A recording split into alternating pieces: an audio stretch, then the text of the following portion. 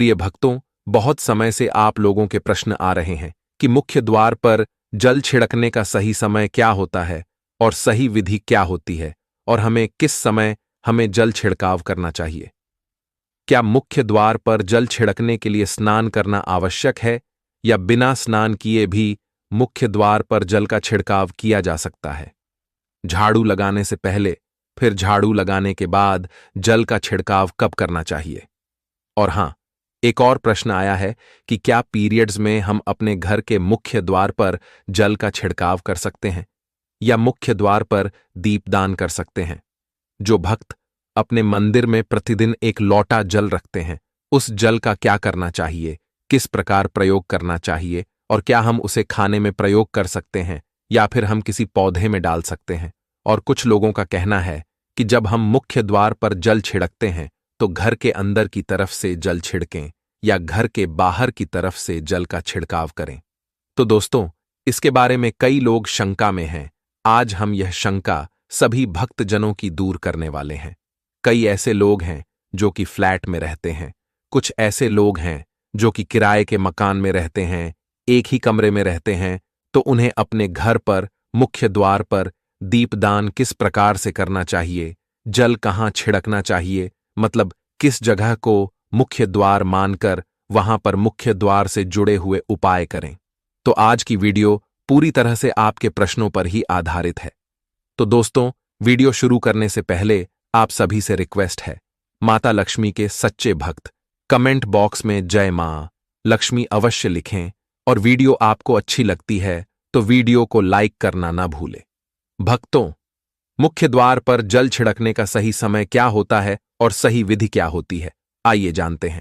तो देखिए, अगर आप मुख्य द्वार पर जल छिड़कते हैं तो आपको ध्यान रखना है कि जल आप एक दिन पहले ही किसी पात्र में भरकर रख देना। मतलब दोस्तों, रात को सोने से पहले एक पात्र में कोई भी आप पात्र ले सकते हैं, जैसे कि आप एक तांबे का भी पात्र ले सकते हैं। तांबे का ना हो तो आप पीतल का ले सकते हैं, स्टील का ले सकते हैं, चांदी का ले सकते हैं। जो भी पात्र आपके पास उपलब्ध हो, एक लोटे में थोड़ा सा गंगा जल डाल दीजिए और उसके ऊपर शुद्ध जल भर दीजिए। और हां, यदि आपके पास गंगा जल ना हो तो भी परेशान होने की आवश्यकता नहीं है। सिर्फ शुद्ध जल से भी आप पात्र को भर सकते हैं और उस जल से भरे पात्र को अपने घर की रसोई में रख दीजिए। अब दोस्तों, आप अगले दिन सुबह उठकर इस जल का छिड़काव अपने घर के मुख्य द्वार पर करेंगे। अब बहुत से भक्तों के प्रश्न आए हैं कि क्या हम स्नान से पहले इस जल का छिड़काव कर सकते हैं या फिर स्नान करना आवश्यक है? तो देखिए भक्तों, मुख्य द्वार पर जो सुबह सवेरे सबसे पहले जल छिड़का जाता है, जैसे कि जो रसोई में रखा हुआ जल होता है, यह एक तरीके से उपाय के तौर पर किया जाता है। भक्तों, घर में किसी भी प्रकार की परेशानी हो, किसी भी प्रकार के दुख दर्द रहता हो, गरीबी हो या फिर कलह क्लेश बहुत अधिक रहता हो, मतलब किसी भी प्रकार की नकारात्मक ऊर्जा से आप परेशान हैं, बहुत समय से परेशानियों में ही घिरे हुए हैं, आपके घर में हमेशा क्लेश का वातावरण रहता है, तो ऐसे में घर की रसोई में एक लोटा भर के जल रखा जाता है और यही जल घर के मुख्य द्वार पर सुबह उठकर छिड़का जाता है। प्रिय भक्तों, इस जल के छिड़काव से आपके घर की कोई भी परेशानी हो बहुत शीघ्र समाप्त हो जाती है। आपके घर में कैसी भी नकारात्मक ऊर्जा हो तुरंत समाप्त हो जाती है। इस उपाय को करने से आपके घर में सुख समृद्धि भी आती है, कलह क्लेश से भी मुक्ति मिलती है और बीमारियों से भी मुक्ति मिलती है। मतलब देखिए भक्तों, किसी भी प्रकार की मानसिक परेशानी हो, शारीरिक परेशानी हो, आर्थिक तंगी हो या आपके घर में कोई वास्तु दोष हो, किसी भी प्रकार का ग्रह दोष हो, जैसे कि कई बार ऐसा होता है कि कई लोगों के ऊपर कई प्रकार के बुरे ग्रह दोषों का प्रभाव होता है, जिसकी वजह से घर में परेशानियां हमेशा बनी रहती हैं, तो ग्रह दोषों के प्रभाव से भी आपको मुक्ति मिलती है। इसके अलावा वास्तु दोष और पितृदोष भी समाप्त होता है। इसके साथ ही जैसे कि बहुत से लोगों के सवाल होते हैं कि उनके ऊपर किसी ने कुछ कर करा दिया है, उनके परिवार में किसी भी प्रकार की पहले कोई परेशानी नहीं थी, लेकिन अभी कुछ समय से परेशानियां लगातार आती ही जा रही हैं और कोई रास्ता नहीं मिल रहा है परेशानी से निकलने का। तो किसी के भी किए कराए तंत्र मंत्र का प्रभाव हो, किसी की बुरी नजर का प्रभाव हो, तो भी आपके इस उपाय से, मतलब इस एक लोटा जल से, आपकी परेशानी स्वतः ही कुछ दिनों में समाप्त हो जाती है। तो यह घर की सभी परेशानियों से मुक्ति पाने का रामबाण और सबसे सरल, सबसे आसान उपाय होता है जो हमारे शास्त्रों में वर्णित है। तो आप अपने घर की रसोई में एक लोटा जल रखें, रात में भरकर, और प्रातःकाल जल्दी उठकर उसी जल से अपने घर के मुख्य द्वार पर छिड़काव कीजिए। अब जैसे कि बहुत से लोगों के सवाल आते हैं कि यह जल हमें किस समय अपने घर के मुख्य द्वार पर छिड़कना चाहिए, तो देखिए, सुबह सूर्योदय होने से पहले इस जल का छिड़काव आपके घर के मुख्य द्वार पर हो जाना चाहिए। आप चाहे इसके बाद आप शुद्ध जल से, मतलब किसी भी दूसरे जल से अपने घर के मुख्य द्वार को धोते हैं तो कोई समस्या नहीं है, लेकिन इस जल का छिड़काव घर के मुख्य द्वार पर सूर्योदय होने से पहले हो जाना चाहिए। अगला प्रश्न है कि क्या हमें स्नान करके इस जल का छिड़काव अपने घर के मुख्य द्वार पर करना चाहिए या फिर बिना स्नान किए भी कर सकते हैं।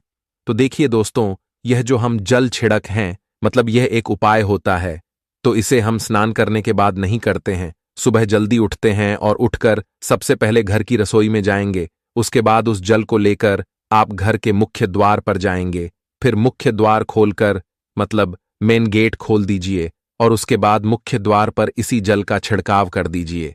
और जल का छिड़काव करते समय अपने पितरों का ध्यान कीजिए, मां लक्ष्मी का ध्यान कीजिए, क्योंकि कहा जाता है कि सुबह सुबह मां लक्ष्मी प्रत्येक द्वार पर आती है, जिनके भी द्वार खुले होते हैं, जिनके घर में जल का छिड़काव मुख्य द्वार पर हुआ रहता है।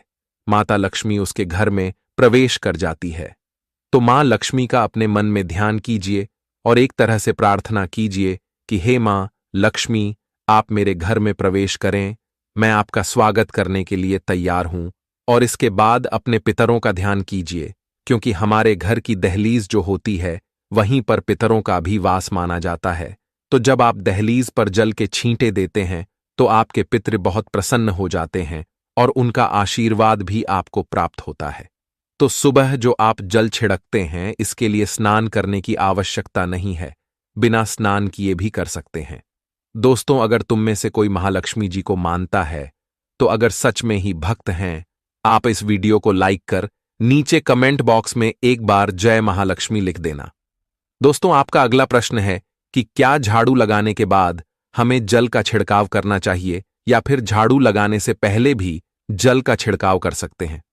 तो देखिए, जैसे मैंने आपको पहले ही बताया था कि उठने के बाद सबसे पहला कार्य जो आपको करना है वह जल का छिड़काव ही करना है, उसके बाद आप झाड़ू लगा सकते हैं। लेकिन एक चीज का ध्यान रखिए, जब हम सोकर उठते हैं तो सबसे पहले बिस्तर पर बैठे हुए ही अपने दोनों हथेलियों को जोड़कर और दोनों हथेलियों को सामने से जोड़कर पूरी हथेली को देखा जाता है, उसमें मां लक्ष्मी का ध्यान किया जाता है, उसके साथ ही 5 देवताओं का ध्यान किया जाता है। 5 देवता कौन कौन से होते हैं? मां दुर्गा, भगवान शिव, भगवान श्री हरि विष्णु, गणपति गजानन और भगवान सूर्य देवता। इन 5 देवताओं का ध्यान हम अपने हाथों में ही करते हैं। उसके बाद दोनों हाथ जोड़कर सभी देवी देवताओं को प्रणाम किया जाता है और उसके बाद अपने हाथ से पृथ्वी का स्पर्श करते हैं, धरती को छूकर प्रणाम करते हैं 2 बार या 3 बार, और उसके बाद अपना दाहिना पांव पृथ्वी पर रखते हैं। जल का छिड़काव आप उसके बाद ही करेंगे, मतलब सुबह उठने के बाद सबसे पहले हथेलियों के दर्शन, फिर धरती को प्रणाम कीजिए, फिर धरती पर पैर रखे और उसके बाद रसोई में जाकर आपको जल लेना है और घर का मुख्य द्वार खोलकर मुख्य द्वार पर जल का छिड़काव करना है। साथ ही मां लक्ष्मी का और अपने पितरों का ध्यान करना है। उसके बाद आप अपने घर में आ जाएंगे और उसके बाद जो भी आपके काम होते हैं, मतलब झाड़ू लगाएंगे या फिर आप स्नान करेंगे, ये सभी कार्य उसके बाद किए जाएंगे। कई लोगों के प्रश्न आए हैं कि हम किसी फ्लैट में रहते हैं या फिर किसी ऐसे कमरे में रहते हैं, किराए के कमरे में, कि हमारे पास एक ही कमरा है, तो हम जल का छिड़काव या फिर दीपदान कहां पर करें, किससे हम अपना मुख्य द्वार माने। तो देखिए, जो आपका अपना कमरा है या फिर जो फ्लैट है आपका, जहां पर आपका नेम प्लेट लगा हुआ है, आप उसी स्थान पर दीपदान करेंगे और उसी स्थान पर आपको जल का छिड़काव करना है। मतलब जहां पर आपका अगर एक ही कमरे का मकान है तो आपके कमरे का दरवाजा है, वहीं पर आपको थोड़ा सा जल छिड़कना है और वहीं पर आप दीपदान भी करेंगे। जो कि मुख्य द्वार से जुड़े हुए उपाय होते हैं, वह आप अपने घर के, मतलब जो अपना कमरा है उसके बिल्कुल दरवाजे के पास ही करेंगे। आपका अगला सवाल है कि क्या पीरियड में हम अपने घर के मुख्य द्वार पर जल का छिड़काव कर सकते हैं, दीपदान कर सकते हैं। तो देखिए, जल का छिड़काव करने के लिए पीरियड हो या ना हो, उसे कोई फर्क नहीं पड़ता। जल का छिड़काव कर सकते हैं। रही बात दीपदान की, तो दीपदान देखिए कार्मिक पूजा में आ जाता है, और कार्मिक पूजा हम बिना शुद्ध हुए नहीं कर सकते हैं। मतलब पीरियड समाप्त होने के बाद ही आप दीपदान कर सकते हैं। दोस्तों, बाकी जल का छिड़काव आप कभी भी कर सकते हैं, पीरियड में भी कर सकते हैं, कोई समस्या नहीं है। और भक्तों, अब आपका प्रश्न है कि क्या मंदिर में जो हम जल रखते हैं, क्या वह रखना जरूरी है, और अगर हम रखते हैं तो उस जल का क्या करें। देखिए, मंदिर में जल रखना बहुत आवश्यक है। जल एक ऐसी चीज होती है जिसमें सभी प्रकार की जो एनर्जी होती है ऑब्जर्व हो जाती है। तो जो हम पूजा पाठ करते हैं, मंत्रों का जप करते हैं या वहां पर प्रार्थना करते हैं, जो भी हमारे अपने मन की कामना भी कहते हैं, भगवान से तो सभी चीजें उस जल में समाहित हो जाती हैं। इसलिए पूजा करने से पहले घर के मंदिर में एक लोटा जल रखा जाता है, और उसके बाद दीपदान मतलब एक दीपक प्रज्वलित कर दिया जाता है। यह अग्नि और जल का एक तरह से बैलेंस भी हो जाता है, और इसलिए शास्त्रों के अनुसार घर के मंदिर में एक लोटा जल भी हमेशा होना चाहिए और दीपक भी प्रज्वलित करना चाहिए। तो अब इस जल का करना क्या चाहिए। देखिए, जब हम जल रखते हैं, सुबह की पूजा में रखते हैं, मतलब सुबह जो हम पूजा करते हैं प्रातकालीन पूजा, उस समय जल रखा जाता है, और वह जल हम अगले दिन उठाते हैं। मतलब जब आप अगले दिन पूजा करने जाते हैं दोस्तों, स्नान इत्यादि करने के बाद तो आप उस जल को उठाते हैं। सबसे पहले तो उस जल का प्रयोग सुन लीजिए। आप अपने घर के सारे कमरों में, मतलब पूरे घर में उस जल का छिड़काव करते हैं, तो इससे आपके घर का शुद्धिकरण हो जाता है, क्योंकि वह बहुत ही पॉजिटिव एनर्जी से भरा हुआ जल होता है। उस जल का छिड़काव करने से किसी भी प्रकार की नकारात्मक ऊर्जा का प्रवेश आपके घर में नहीं होता, किसी भी प्रकार की परेशानी आपके घर में हो। अगर आप नियमित तौर पर उस जल का छिड़काव करें अपने घर में, तो निश्चित ही आप परेशानियों से मुक्ति पा जाते हैं, किसी के कराए तंत्र मंत्र के प्रभाव से मुक्ति पा जाते हैं। दूसरा, इसका उपाय आप कर सकते हैं। जैसे कि घर में कोई बीमार है, तो आप इस जल को उस व्यक्ति को पीने के लिए दे सकते हैं। और यह जल इतना पावरफुल होता है कि इस जल को पीने से बड़ी बीमारियों से, मतलब लंबी बीमारियों से भी धीरे धीरे राहत मिलने लग जाती है। कई बार भक्तों होता है ना कि आप लोगों के प्रश्न आते हैं कि दवाई तो हम कर रहे हैं, लेकिन दवाई हमें लगता ही नहीं है, दवाई का कोई प्रभाव ही देखने को नहीं मिलता। तो ऐसे में अगर उस जल को पीने के लिए रोगी को दिया जाए तो बहुत अच्छी दवाइयां काम करने लग जाती है।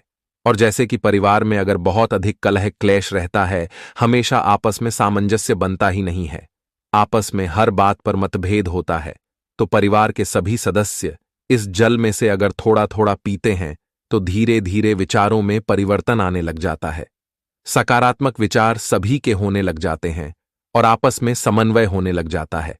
घर से कलह क्लेश और मतभेद हमेशा के लिए समाप्त हो जाता है। और मंदिर में रखे हुए जल का अगला उपाय क्या है। देखिए, अगर आप कोई दुकान करते हैं, कोई व्यापारिक स्थल है आपका, तो प्रतिदिन इसी जल में से थोड़ा सा जल ले जाकर दुकान पर, व्यापारिक स्थल पर छिड़काव कीजिए। इससे आपका दुकान, आपका काम बहुत अच्छा चलता है। मतलब किसी भी प्रकार की परेशानी आपके व्यापारिक स्थल पर नहीं आती है, क्योंकि जैसा मैंने आपको बताया, ये जो जल होता है बहुत पावरफुल होता है, बहुत पॉजिटिव होता है। तो इस जल का छिड़काव करने से बहुत सारी परेशानियां स्वतः ही समाप्त हो जाती हैं।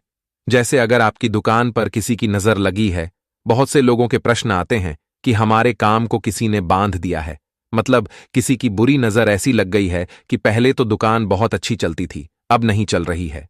तो आप इस उपाय को कर सकते हैं। निश्चित ही बहुत जल्द ही आपको परेशानियों से मुक्ति मिल जाती है, और दिन दूनी रात चौगुनी आपके व्यापार में तरक्की होती है। और हां, मंदिर में रखे हुए जल को आप अपने घर की रसोई में खाना बनाने में, पीने में भी प्रयोग कर सकते हैं। लेकिन भक्तों, खाना